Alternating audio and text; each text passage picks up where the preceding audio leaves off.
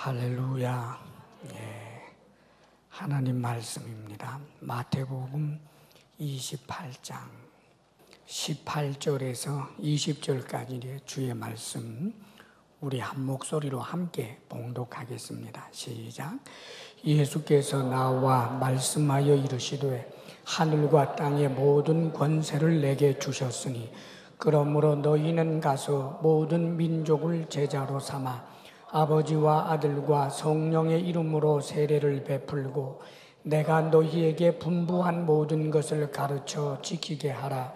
볼지어다 내가 세상 끝날까지 너희와 항상 함께 있으리라 하시니라. 아멘. 할렐루야. 오늘이 좀 이 황금 연휴에 있는 주일이어서 제가 좀 믿음이 부족해서 오늘 너무 많이 빠지면 어쩔까 걱정했는데 제 예상보다는 우리 성도들이 믿음이 참 좋습니다.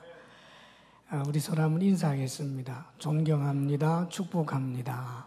존경합니다. 축복합니다. 그래.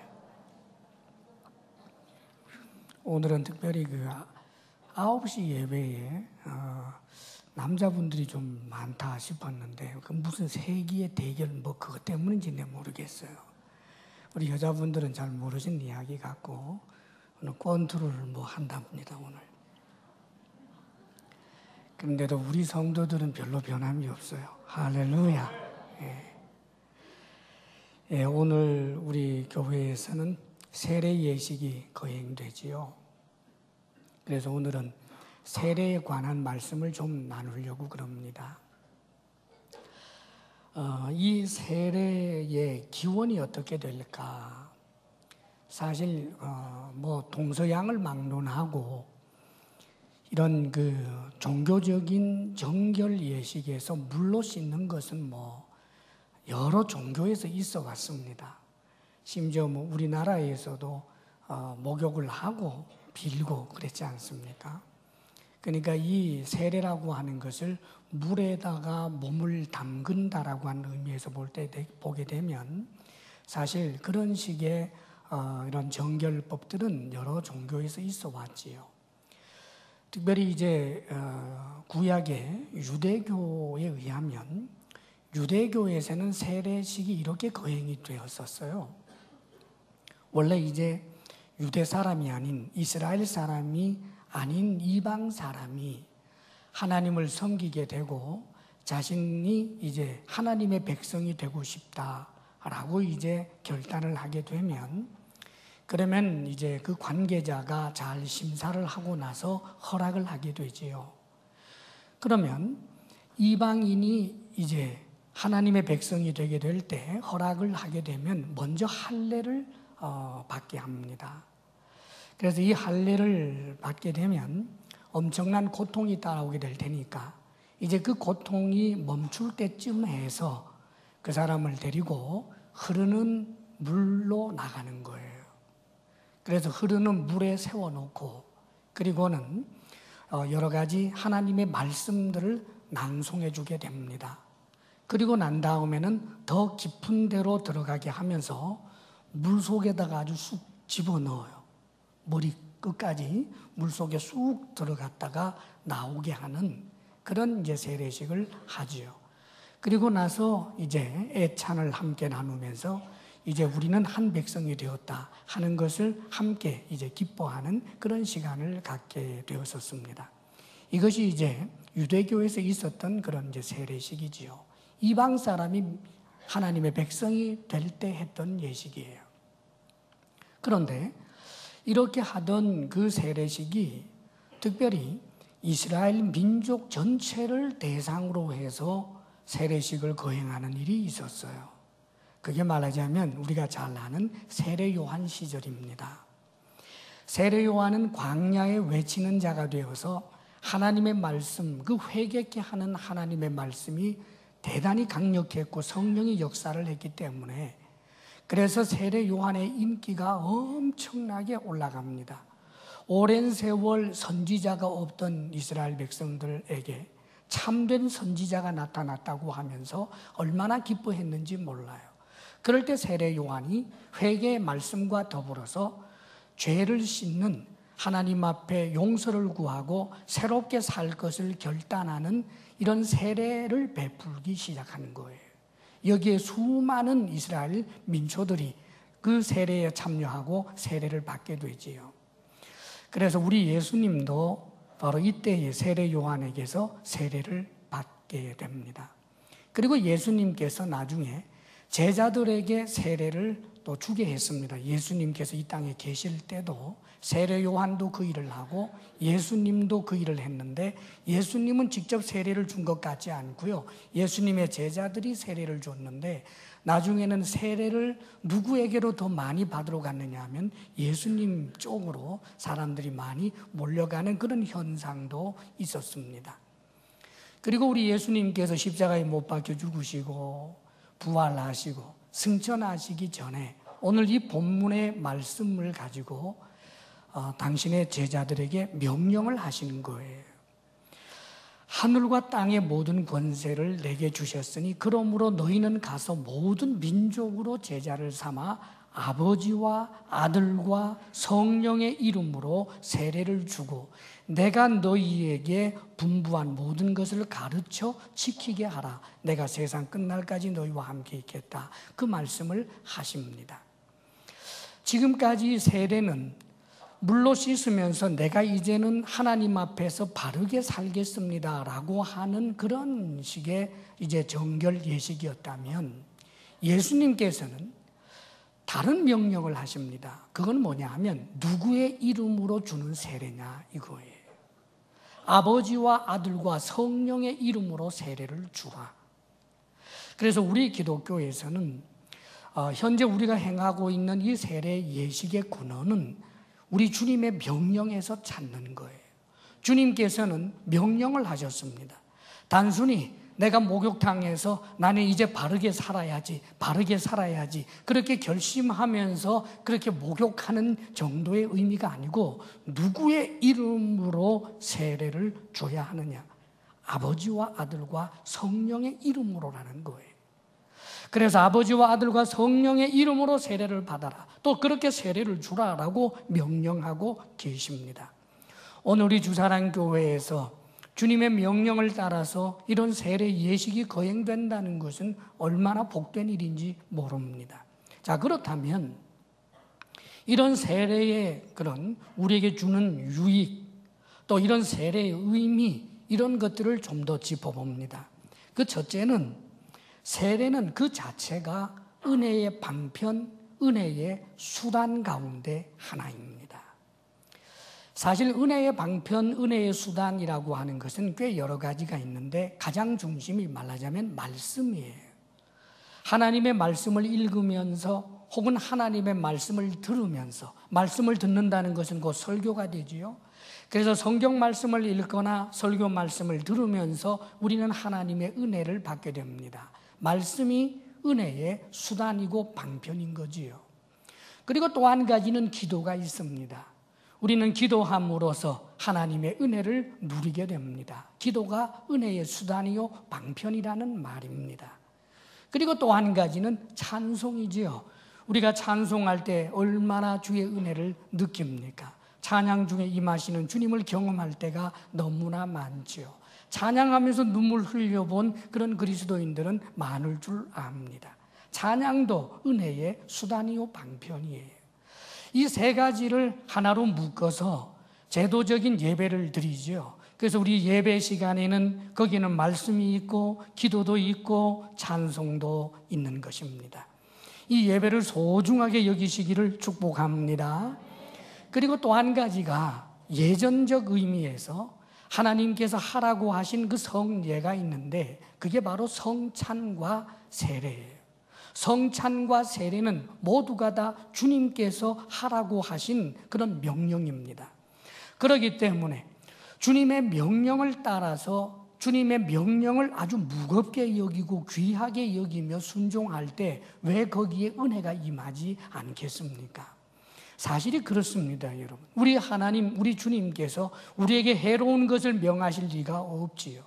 하나님께서 이것을 하라라고 하실 때 그것을 행하는 그 자리에는 분명히 신비하고도 놀라운 은혜가 있는 것입니다. 오늘 우리가 세례를 베풀게 되고, 자, 이 현장에는 우리 주님께서 함께 하시는 것을 믿습니다. 왜냐하면 이 세례는 주사랑 교회 이름으로 주는 것이 아닙니다. 멤버십이 아니라 그 말이지요.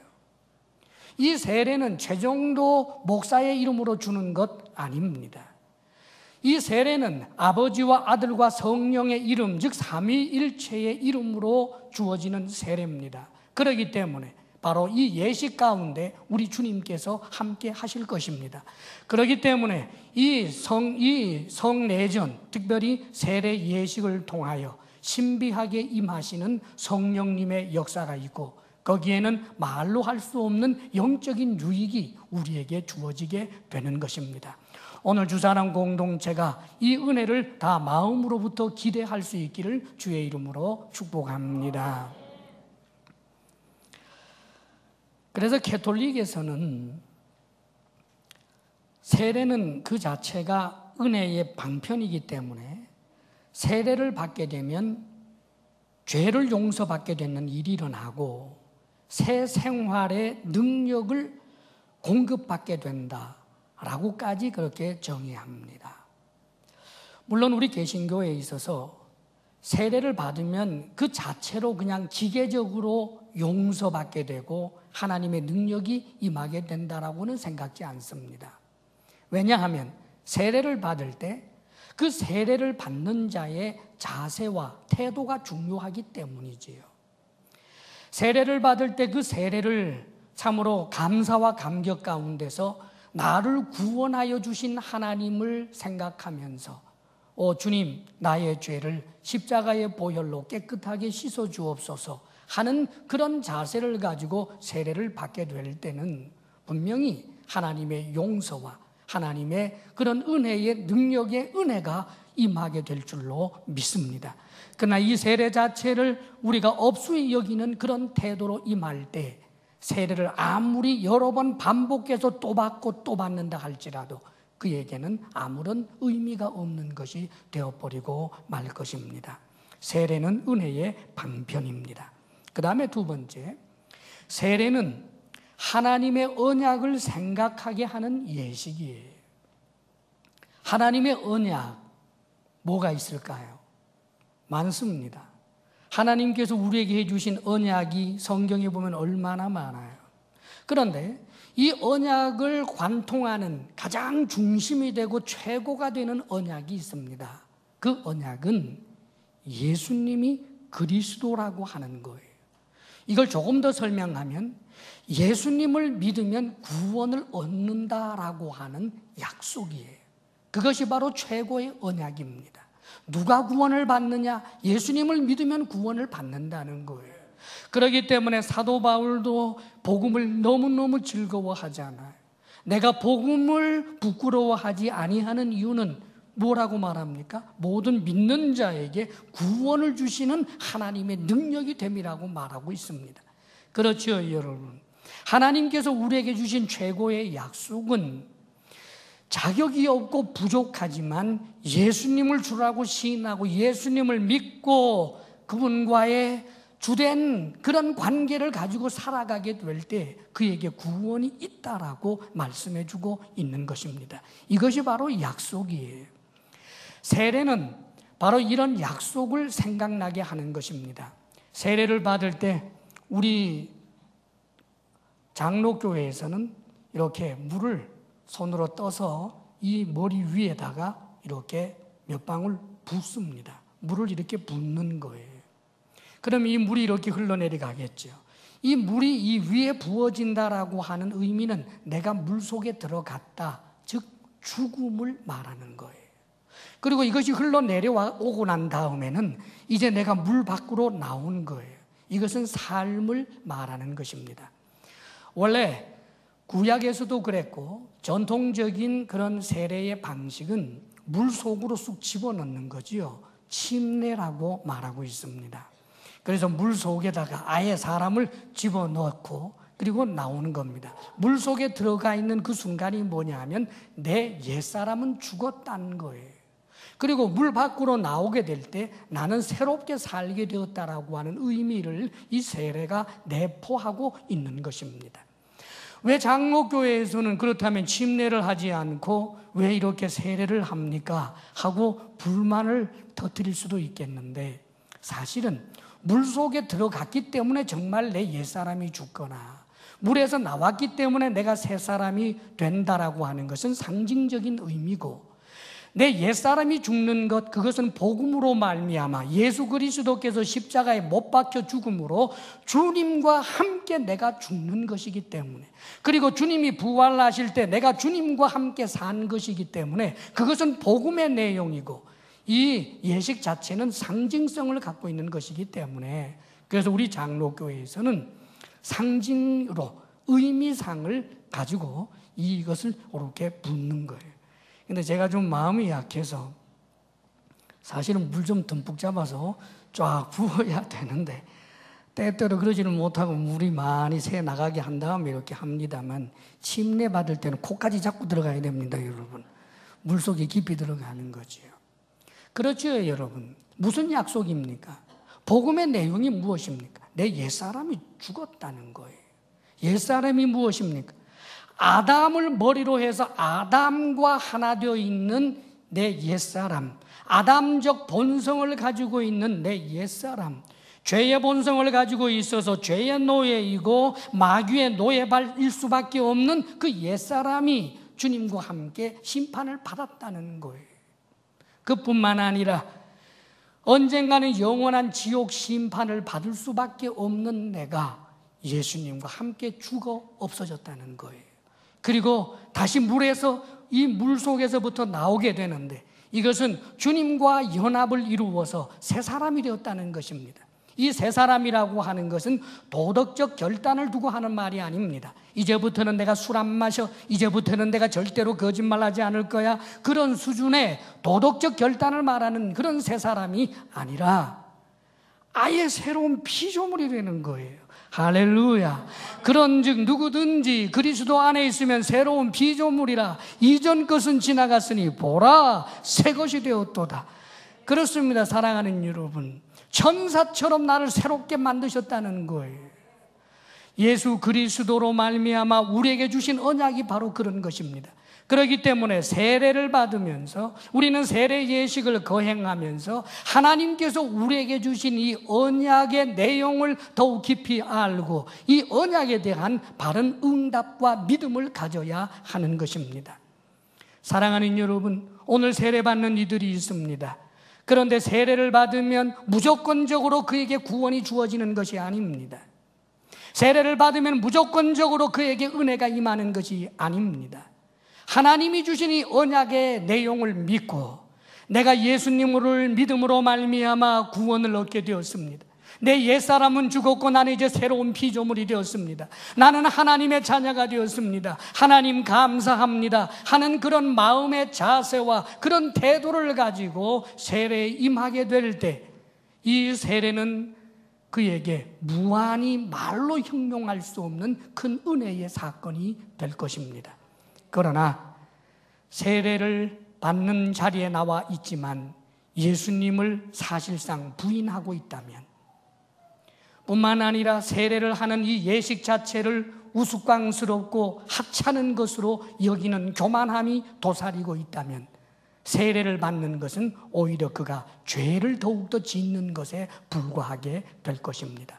사랑하는 여러분, 하나님께서 우리에게 주신 언약, 예수 그리스도를 믿음으로 말미암아 구원을 얻게 된다는 이 사실을 다시 한번 확인할 수 있게 되기를 바랍니다. 인간은 구원을 받아야 할 비참한 존재라는 사실을 잊지 마십시오. 돈이 많으면 비참해지지 않는 것이 아닙니다. 지금 건강하면 비참해지지 않는 것이 아닙니다.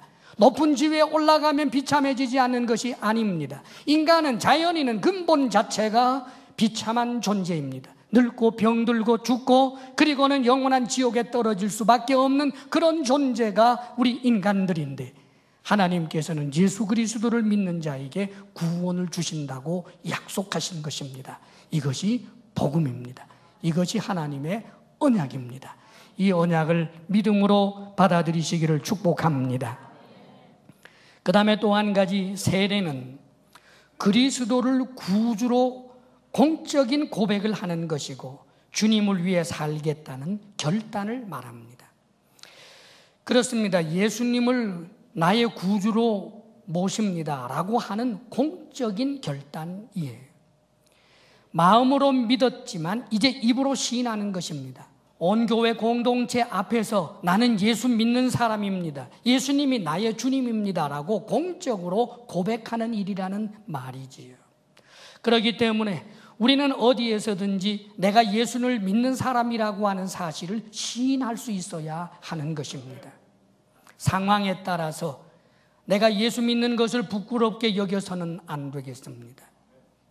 때때로 우리가 지금 현재 살고 있는 이 시대에 예수 믿는 사람들, 교회가 조롱을 당할 때가 많습니다만, 그러나 사랑하는 여러분, 우리 주님을 부끄러워해서는 안 됩니다. 돌 맞아야 할 것이 있다면 내가 맞는다고 생각해야 합니다. 우리는 부끄러워해서는 안 됩니다. 나는 예수 믿는 사람입니다.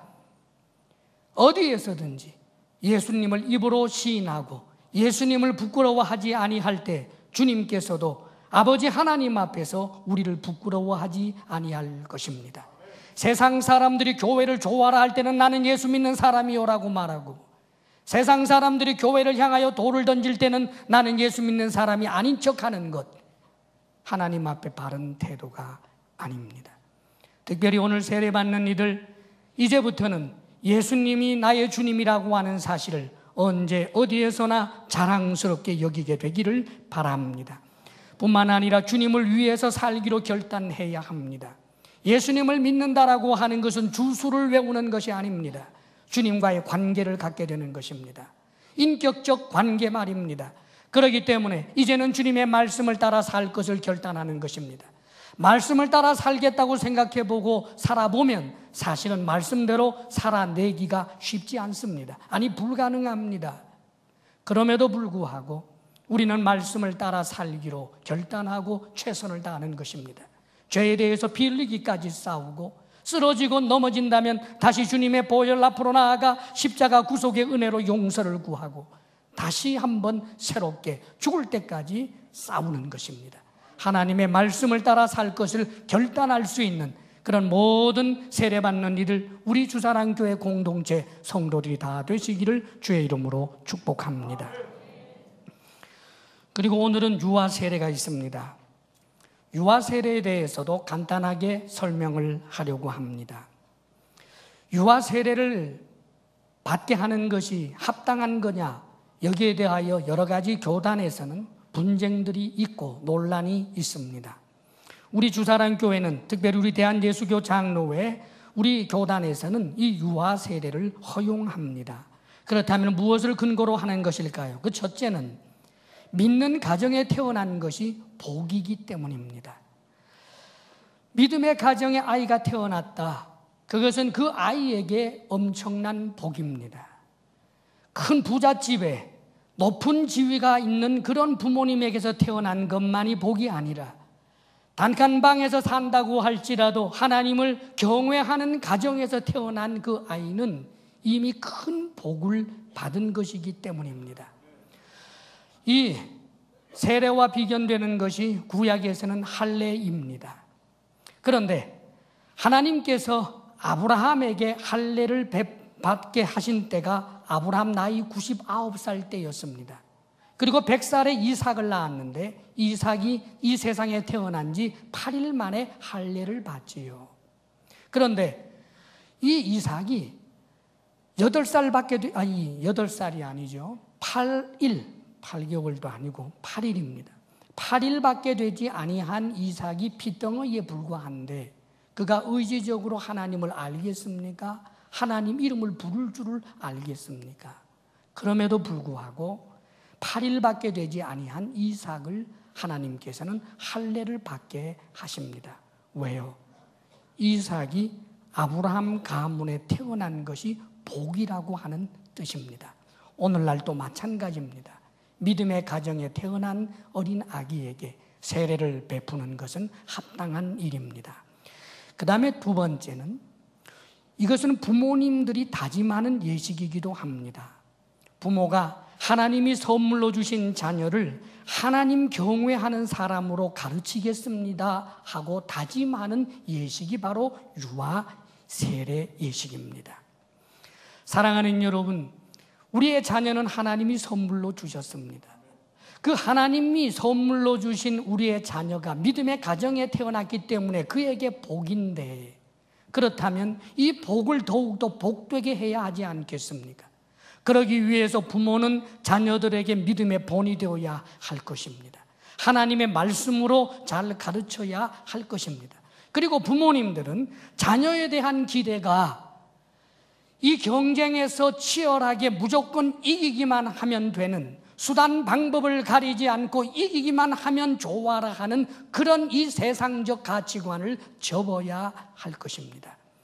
사랑하는 내 자녀를 진정으로 책임져 줄 수 있는 분은 하나님이고, 사랑하는 내 아들, 딸이 정말 하나님을 경외하는 자가 된다면 그의 삶은 요셉처럼 될 것이고 다윗처럼 될 것이고 다니엘처럼 될 것이다라고 하는 분명한 믿음이 있어야 할 것입니다. 때때로 부모님들은 자녀를 가르치다가 가치 혼란에 직면할 때가 있습니다. 사랑하는 여러분, 이제는 내 자녀를 하나님을 경외하는 자로 가르치겠습니다. 그렇게 결단하는 유아세례, 이 예식이 될 수 있기를 바랍니다. 그 다음에 세 번째는 유아세례를 베푸는 또 한 가지 이유는 예수님의 마음 때문이에요. 우리 예수님께서는 어린이들이 자신에게 다가오는 것을 금하지 않았습니다. 주변에 있는 사람들이 예수님께로 나아가는 어린 자녀들을 막아서니까 주님께서는 아이들이 내게 오는 것을 금하지 말아라라고 하시면서 그 어린아이를 안고 축복하셨습니다. 그리고 하시는 말씀이 누구든지 이 어린아이와 같지 아니하면 천국에 들어갈 수 없느니라 하셨습니다. 사랑하는 여러분, 교리적인 이런저런 논쟁들은 할 수가 있겠습니다. 그러나 지금 만약 이 자리에 우리 예수님께서 계신다면 예수님께서 교리 운운하면서 세례받기를 원하는 그 부모의 마음을 무시하면서 유아 세례를 받지 못하게 하실까? 그럴 리가 없다고 생각이 됩니다.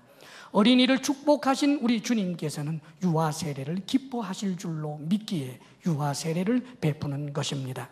그 다음에 마지막 네 번째는 유아 세례는 초대교회 때부터 이미 주어져 왔기 때문입니다. 성경에도 보게 되면 온 가족이 예수님을 믿고 난 다음에 세례를 받을 때 그 가족 목록에는 어린 자녀들도 포함되어 있었던 것을 유추하게 됩니다. 뿐만 아니라 예루살렘 원시교회부터 모든 역사적인 그런 자료들을 살펴보게 되면 이미 예루살렘 원시교회 때부터 초대교회 때에는 유아 세례가 있어 왔습니다. 그러기에 오늘 우리는 이 유아 세례가 정당한 줄 알고 주님 앞에서 유아 세례를 거행하게 되는 것입니다. 하나님의 은혜와 축복이 여러분들 가운데 풍성하시기를 축복합니다. 아멘.